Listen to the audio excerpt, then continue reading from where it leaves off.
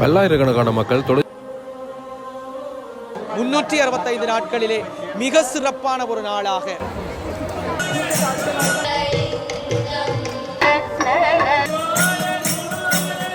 ஈழமண்ணினுடைய மிக பெரும் சொத்தாக இருக்கின்ற விசேட அதிரடிப்படை போலீசார் பாவங்களை போக்கக்கூடிய பாலாவினுடைய இந்த தீர்த்தக்கரை. அனைவருக்குமே வணக்கம். நிற்கக்கூடியது மன்னாரில் திருக்கேதீச்சரத்தில். இன்றைய நாள் சிவராத்திரியில் திருக்கேதீச்சரத்தில் சிறப்பான பூஜை வழிபாடுகள் எல்லாமே இடம்பெறும். லட்சக்கணக்கான அடியவர்கள் இறைவனை தேடி இங்கே வருவார்கள். பாடல் பெற்றிருக்கக்கூடிய ஒரு சிறப்பு வாய்ந்த திருத்தலம் பஞ்ச ஈச்சரங்களில் ஒன்றாக இருக்கக்கூடிய திருக்கேதீச்சரத்தில் இன்றைய நிற்கிறோம். மன்னாரிலே அமைந்திருக்கின்றது. குறிப்பாக இன்றைய நாள் சிவராத்திரி என்றபடியால் காலையில் நான் உங்களுக்கு பஞ்சேந்திரத்தில் இன்னொரு ஆலயமாக இருக்கக்கூடிய நவுலேஸ்வரத்தில் இடம்பெற்ற தேர் திருவிழா தொடர்பான காட்சிகளை பதிவேற்றிருந்தான். இது இன்றைய 2வது காணொளி. திருக்கேதீச்சரத்தில் நிற்கிறோம். இங்கே இடம்பெறக்கூடிய இந்த சிறப்பான நிகழ்வுகள் விஷயங்களை இந்த காணொலியில் உங்களுக்கு தொகுத்து வழங்கலாம் நினைக்கிறேன். என்னென்ன விஷயம் இருக்குது, என்னென்ன சிறப்பாக இடம்பெறுது என்பதை பார்க்கலாம். மாலை வேளை சூரியன் மறைந்து கொண்டிருக்கக்கூடிய அந்த வேளையில் கோபுர தரிசனம் மிக அழகான ஒரு காட்சி. நிறைந்த அடியவர்கள் இங்கே நீங்கள் பார்க்கலாம். இன்னும் கொஞ்ச நேரத்தில் இந்த மணலாக இருக்கக்கூடிய பகுதிகள் எல்லாம் தெரியாத அளவுக்கு அடியவர்கள் இந்த இடத்துல குவிந்து கொள்வார்கள்.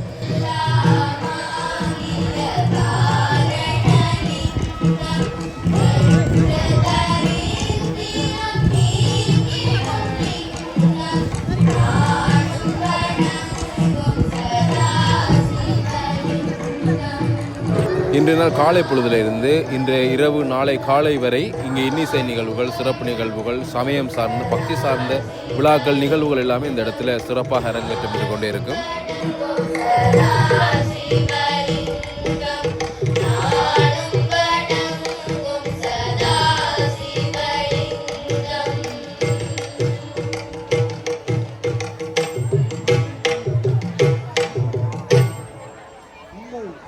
ராப்பொழுதில் நிறைந்த அடியவர்கள் இங்கே கூடுவார்கள் என்ற காரணத்தால் பாதுகாப்பு எல்லாமே பலப்படுத்தப்பட்டு விசேட அதிரடிப்படையினர் நீங்கள் பார்க்கக்கூடியமாக இருக்கும்.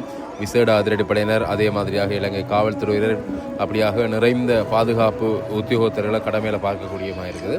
அப்படியாக இங்கே நீங்கள் பார்க்கலாம். இந்த ஆலயத்தினுடைய முன்பகுதியில் தனிச்சிறப்பு வாய்ந்த ஒரு விஷயம் இடம்பெறும். விளக்கேற்றக்கூடிய நெய் விளக்கேற்றக்கூடிய அந்த நிகழ்வு ஒரு வரிசைக்கு நீட்டுக்கு அப்படியே நிறைந்த அடியவர்கள் தொடர்ச்சியாக இந்த இடத்துல விளக்குகளை ஏற்றி இறைவனை வழிபட்டு கொண்டிருப்பார்கள். அழகாக இருக்குது. அந்த கோபுரம் சூரியன் பின்னால் மறைஞ்சோண்டு போகிறதால் அந்த பார்க்கக்கூடிய அந்த காட்சி மிக அழகான ஒரு காட்சி. அப்படியாக நாங்கள் உள்ளுக்குள்ளே என்ன விஷயம் இடம்பெறுது என்ற பார்க்கலாம். ஆலயத்தின் உள்ளே காணொளி பதிவேற்றுவது தடை செய்யப்பட்டிருந்தது. முடிந்த அளவிற்கு எடுக்கக்கூடிய விஷயங்களை உங்களுக்கு காண்பிக்கிறேன். இங்கே சிறப்பு வாய்ந்த விஷயம் பாலாவி தீர்த்தக்கரை இருக்குது. இங்கே நாங்கள் போய் பார்க்கலாம். அந்த பாலாவி தீர்த்தக்கரையில் இருந்து நீர் எடுத்து கொண்டு வருவார்கள். நீர் சுமந்து கொண்டு இங்கே ஆலயத்தினுடைய உள்பகுதியில் மிகப்பெரிய அளவிலான லிங்க பெருமான் இருக்கின்றார். அவருக்கு தங்களுடைய கைகளாலே அபிஷேகம் செய்யக்கூடிய ஒரு மிகப்பெரிய பாக்கியம் இந்த ஆலயத்தில் இருக்குது. அதுவும் இந்த சிவராத்திரி நாளில்.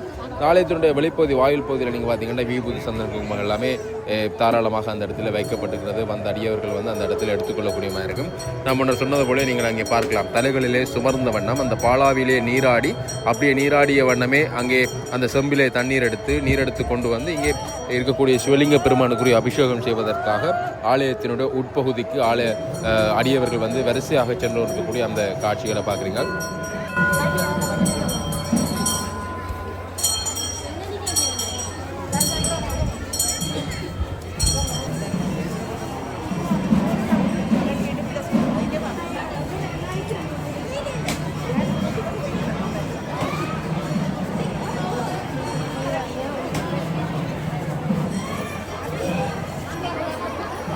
வரிசையாக நிறைந்த அடியவர்கள் ஆலயத்துக்குள்ளே சென்றுவதற்காக உள்ளுக்கும் நிறைந்த அடியவர்களை பார்க்கக்கூடியமாக இருக்குது. அங்கே நீங்கள் பார்க்கக்கூடியமாக இருக்கும் மூலவராக இருக்கக்கூடிய லிங்க பெருமானுடைய அந்த தரிசனம் காணொலியில் முடிந்த அளவுக்கு பதிவு செய்திருக்க நீங்கள் பார்க்கக்கூடியமாக இருக்கும். அந்த விளக்கோலிகளுக்கு நடுவில் இருக்கக்கூடிய லிங்க பெருமான், மேலே நாகம் ஒன்று அவருக்கு குடைபிடித்து கொண்டிருப்பது போன்ற லிங்கம் அங்கே மூலவராக இருக்கக்கூடிய கண்டிருப்பீர்கள் நினைக்கிறேன்.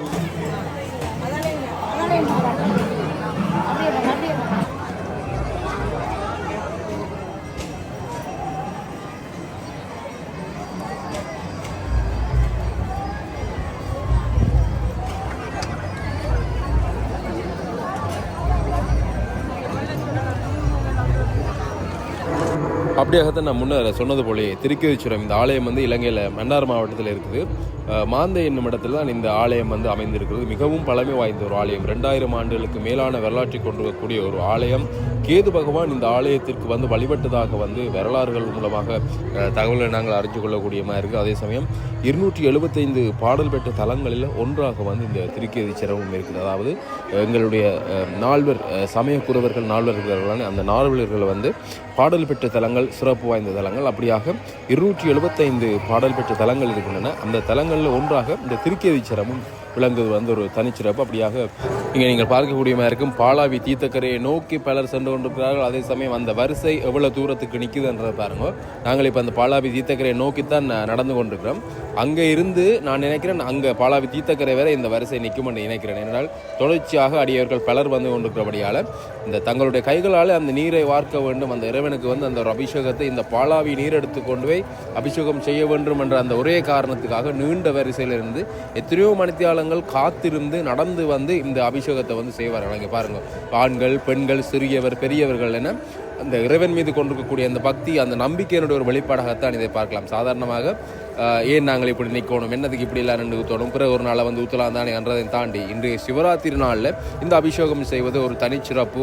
அதோடு இந்த பாலாவி தீர்த்தக்கரையில் நீராடுவது என்பதே பார்த்திங்கன்னா பாவங்களை தீர்க்கும் பாலாவி என்று சொல்லக்கூடிய தனிச்சிறப்பு வாய்ந்த ஒரு தீர்த்தக்கரை. அங்கே நீராடிவிட்டு அங்கே இருந்து இங்கே கொண்டு போன செம்புகளில் வந்து நீரெடுத்து தலையில் சுமந்து கொண்டு வந்து ஆலயத்தினுள்ளே இருக்கக்கூடிய அந்த லிங்கப்பெருமானுக்குரிய அபிஷேகம் செய்வது என்பதெல்லாம் பார்த்திங்கன்னா அது ஒரு கொடுத்து வைக்க வேண்டும். இந்த சிவராத்திரி நாளில் இந்த விஷயத்தை வந்து அதுவும் திருக்கேதீஸ்வரத்தில் ஒரு சிறப்பு வாய்ந்த ஆலயத்தில் செய்வதற்கு வந்து புண்ணியம் செய்திருக்கணும் என்று தான் சொல்லணும். அப்படியாக இங்கே நீங்கள் பார்க்கலாம், வரிசையாக நிறைந்தவர்கள் போவதும் வருவதுமாகவே ஆலயத்தினை சூழ்ந்து கொண்டிருக்கிறார்கள்.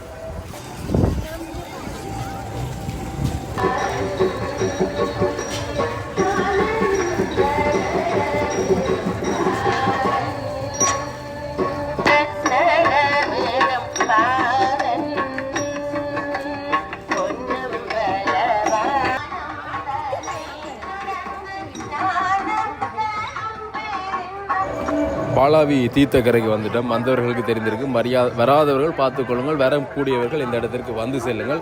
ஒரு முறையாவது இந்த பாலாவி தீர்த்தக்கரையில் வந்து நீராடி செல்லுங்க. ஏனென்றால் பாவங்களை தீர்க்கக்கூடிய ஒரு தலமாக இருக்கக்கூடியது இந்த திருக்கேதீஸ்வரத்தில் இந்த பாலாவி தீர்த்தத்துக்குரிய ஒரு சிறப்பு, தனிச்சிறப்பு. நாளைய நாள் காலை பொழுதில் சிவபெருமான் இங்கே நீராடுவதற்காக வருவார். அப்படியாக அந்த நீராடி முடிந்து அந்த செம்புகளில் வந்து நீரை எடுத்துக்கொண்டு தலையில் சுமந்து வந்து இங்கே பாலாவி தீர்த்தக்கரைக்கு முன்னால் ஒரு விநாயக பெருமான் இருக்கிறார். அந்த விநாயக பெருமானுடன் வழிபட்டுத்தான் இந்த இடத்துல இருந்து மீண்டும் ஆலயத்தை நோக்கி வந்து இவர்கள் நகர்வார்கள். அப்படியாக இங்கே விநாயக பெருமானுடைய தரிசனத்தை நீங்கள் பார்க்கலாம்.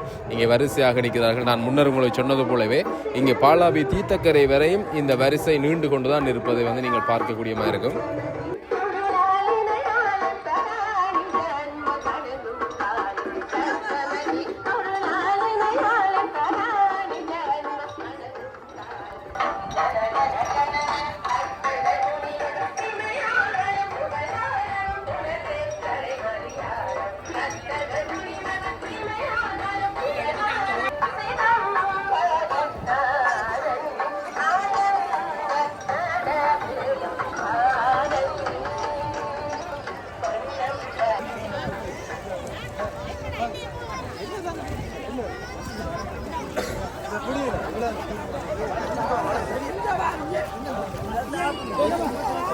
நிறைந்த அடியவர்கள் ஒருவர் மாறி ஒருவராக அங்கே நீராடி செம்புகளில் நீர் எடுத்து கொண்டு செல்லக்கூடிய விஷயம் அதை நீங்கள் பார்க்கக்கூடியமாக இருக்கும். அப்படியாக இனிமையான ஒரு மாலை பொழுதில் எங்களோட இந்த இடத்திற்கு இவ்வளவு மக்கள் தேடி வருகிறார்கள் என்றால் ஏதோ ஒரு சிறப்பு இருக்குது என்றதை வந்து நீங்கள் புரிந்து கொள்ளணும். என்றால் லட்சக்கணக்கான மக்கள் ஒரு இடத்துக்கு தேடி வருகிறார்கள் என்றால் சும்மா சாதாரணமான ஒரு விஷயம் அல்ல. இந்த ஆலயம் இருக்கக்கூடிய அமைவிடம், இந்த ஆலயத்தினுடைய தனிச்சிறப்பு, இங்கே இடம்பெறக்கூடிய இந்த விஷயங்கள்லாம் இந்த மக்களை வந்து இந்த இடத்திற்கு வர வைக்குது. அருகில் இருக்கக்கூடிய மக்கள் தூர தேசத்தில் இலங்கையினுடைய பல பாகங்களில் இருந்து, மேன் புலம்பெயர் தேசங்களில் இருந்து கூட, வெளிநாடுகளில் இருந்து, குறிப்பாக இந்தியாவில் இருந்து அதிகளவான பக்தர்கள் வந்து இந்த இடத்துக்கு வருகை தந்து வழிபட்டு செல்வது வளமை. என்றால் அவர்களுக்கு தெரியும் இந்த தலத்தினுடைய புனிதத்தன்மை. அப்படியாக இங்கே மகாலிங்க பெருமானுக்கு பாலாவி தீர்த்தக்கரை தவிர வேறு எந்த பொருட்களாலும் அபிஷேகம் செய்ய முடியாது. இந்த பாலாவியில் இருக்கக்கூடிய இந்த நீரை தவிர வேறு எந்த ஒரு விஷயத்தாலும் வந்து அங்கே இருக்கக்கூடிய அந்த லிங்க பெருமானுக்கு ஆலயத்தினுடைய பின்பகுதியிலே இருக்கக்கூடிய மகாலிங்க பெருமானுக்கு எந்த விதமான வேறு பொருட்களை அபிஷேகம் செய்ய முடியாது என்ற விஷயம் வந்து அங்கே எழுதப்பட்டிருக்குது. இந்த நீரை மட்டும் கொண்டு போய் தான் உங்களால் கைகளால் நீங்கள் அபிஷேகம் செய்யணுங்கிற அந்த விஷயம் அங்கே எழுதப்பட்டிருக்குது. அப்படியாக அங்கே நீங்கள் பார்க்கலாம் நீராடி நீர் எடுத்து கொண்டு செல்லக்கூடிய அந்த தனிச்சிறப்பு வாய்ந்த காட்சிகள்.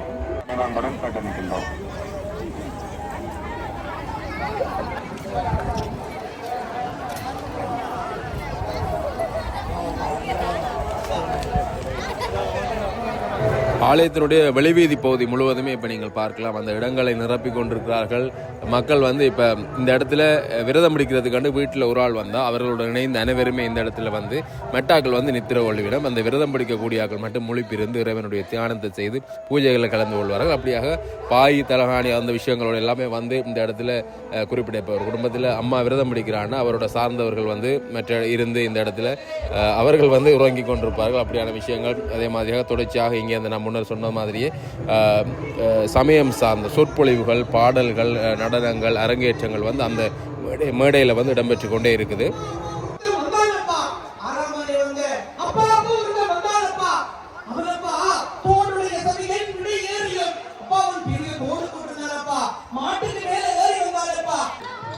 தென்னாடுடைய சிவனை போற்றிய நாட்டவர்க்கு முறைவா போற்றியோம் நமச்சிவாய.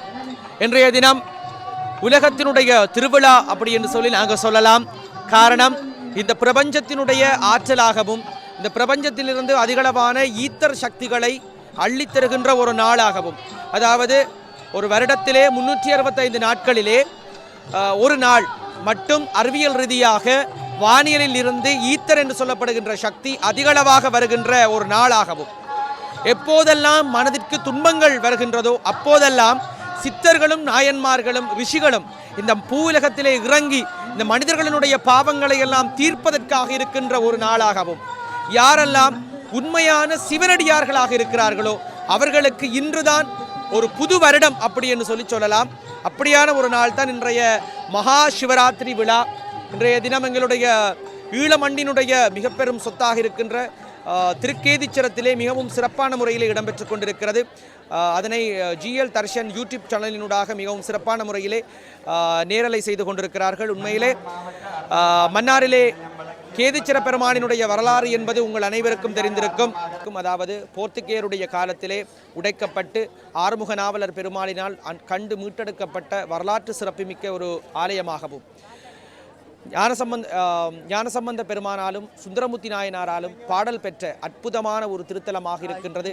பாலாவியினுடைய கரைமேல் அப்படி என்று சொல்லி மாதோட்டம் என்று சொல்லி புகழ்ந்து பாடப்பெற்ற இந்த திருத்தலத்திலே இன்றைய தினம் 365 நாட்களிலே மிக சிறப்பான ஒரு நாளாக இந்த மகா சிவராத்திரியானது சிறப்பான முறையிலே இடம்பெற்றுக் கொண்டிருக்கிறது. ஒரு அற்புதமான ஒரு விடயத்தினை இந்த இடத்திலே நாங்கள் சொல்ல கடமைப்பட்டிருக்கின்றோம். அதாவது 63 வாழ்க்கை வரலாற்றிலே இன்றைய தினம் பார்த்தீர்கள் என்று சொன்னால் நேராக இன்று விளக்குகள் ஏற்றி வணங்கி கொண்டிருக்கிறார்கள்.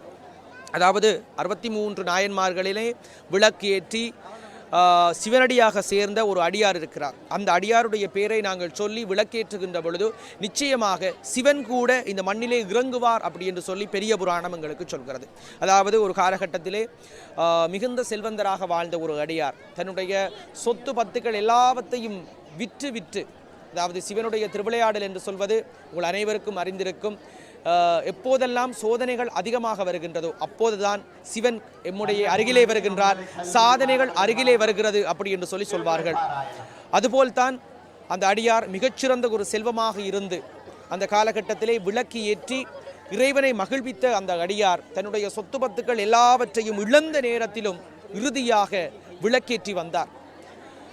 சிவனை காண்பதற்கு ஒரு கணம் அவருடைய மனம் இயங்கவில்லை. அவர் எந்த பொழுதிலும் சிவனை காண வேண்டும், தான் செல்வ செழிப்பாக வாழ வேண்டும் அப்படி என்று சொல்லி அவர் கேட்டது கிடையாது. ஆனாலும் அவருடைய வாழ்க்கையிலே சிவன் வந்ததற்கான அடிப்படை காரணமாக இருக்கின்ற இந்த நெகிழ்வான ஒரு விடயம், அவருடைய வாழ்க்கையிலே எல்லா வகையான சொத்துக்களையும் இழந்து இறுதியாக ஒரு விளக்கிலே எண்ணெய் வாங்குவதற்கு கூட பணமில்லை, திரி வாங்குவதற்கு கூட பணமில்லை.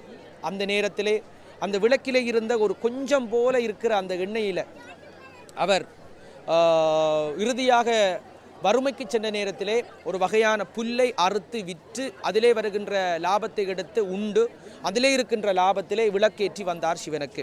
ஆனால் ஒரு காலம் அந்த அந்த புல்லறுக்கின்ற வியாபாரம் கூட அவருக்கு சரியாக போகவில்லை.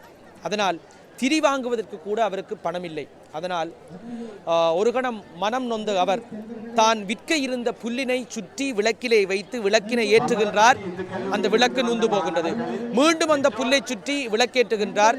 அந்த விளக்கு நூந்து போகின்றது. இறுதியாக என்ன செய்வது அப்படி என்று சொல்லி தெரியாமல் கருவறைக்குள்ளே சென்று தன்னுடைய உயிரை மாய்த்து கொள்ள வேண்டும் என்பதற்காக, இன்றைய நாள் என்னுடைய பெருமானுக்கு விளக்கேற்றாமல் நான் சென்று விடுவேனோ, இன்று அந்த தீப ஒளியிலே நான் அந்த இறைவனை பார்க்காமல் சென்று விடுவேனோ என்று அவர் மனம் கலங்கி கருவறையிலே சென்று தலையினை முட்டிக்கொள்கின்றார். கட்டியிருந்த தலைமுடி அவிழ்ந்து கீழே விழுகின்றது. அந்த முடியினை எடுத்து அந்த முடியினை பித்து அந்த புல்லிலே வைத்து கட்டி விளக்கேற்றுகின்றார். அந்த விளக்கு எரிகிறது. அந்த விளக்கொளியிலே இருந்து சிவன் இடையூறு பாகனாக காட்சி கொடுத்து ஒரு வரம் கொடுக்கின்றார். யாரெல்லாம் விளக்கேற்றுகின்ற பொழுது உன்னுடைய பேரை சொல்லி விளக்கேற்றுகிறார்களோ அவருடைய வாழ்க்கையிலே நான் அடிமையாக இருப்பேன் அப்படி என்று சொல்லி சொல்கிறார். அந்த அடியாருடைய பெயர், அவர் விற்ற புல், அவர் விளக்கேற்றுவதற்காக பயன்படுத்திய புல் கணப்புல். அந்த நாயனாருடைய பெயர் கணப்புல் நாயனார்.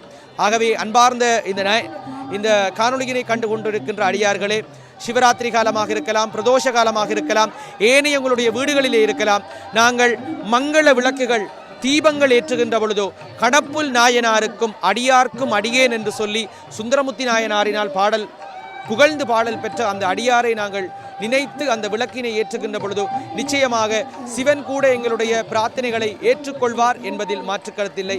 கணப்புல் நாயனாருக்கும் அடியார்க்கும் அடியேன் என்று சொல்லி இங்கிருக்கின்ற அடியார்கள் அனைவரும் விளக்கேற்றிக் கொண்டிருக்கிறார்கள். அனைவருக்கும் மலர்ந்து கொண்டிருக்கின்ற சிவராத்திரி திருநாள் நல்வாழ்த்துக்களை தெரிவித்துக் கொள்கின்றோம். எங்கெல்லாம் சிவநாமம் ஒலிக்கின்றதோ, எங்கெல்லாம் ஓம் நமச்சிவாய் ஒலிக்கின்றதோ, அங்கெல்லாம் இந்த ஈசன் ஈத்தர் சக்தியினூடாக வியாபித்திருப்பான். தென்னாருடைய சிவனை போற்றி, எந்நாட்டவர்க்கும் இறைவா போற்றி. நன்றி, வணக்கம். அப்படியாக மிகச் சிறப்பான விஷயங்களை எங்களுக்கு இந்த காணொலியூடாக பகிர்ந்து கொண்டிருந்தார். கல்முனையில் இருக்கக்கூடியவர். இவர் தொடர்பான மேலதிக விவரங்கள் நான் அடுத்தடுத்த காணொலிகள் உங்களுக்கு தருகிறேன். அப்படியாக அவர் சொல்லியிருக்கக்கூடிய மாதிரி நீங்கள் நான் முன்னரே உங்களுக்கு காண்பித்திருக்க அந்த விளக்குகள் தொடர்ச்சியாக இங்கே ஏற்றப்பட்டு கொண்டிருக்கிறேன். ஆலயத்தினுடைய உட்பகுதியில் சில காணொலி பதிவு செய்யக்கூடிய மாதிரி இருந்தது. மகாலிங்க பெருமானுக்குரிய அபிஷேகம் செய்யக்கூடிய அந்த காட்சியில நீங்கள் பார்க்கலாம்.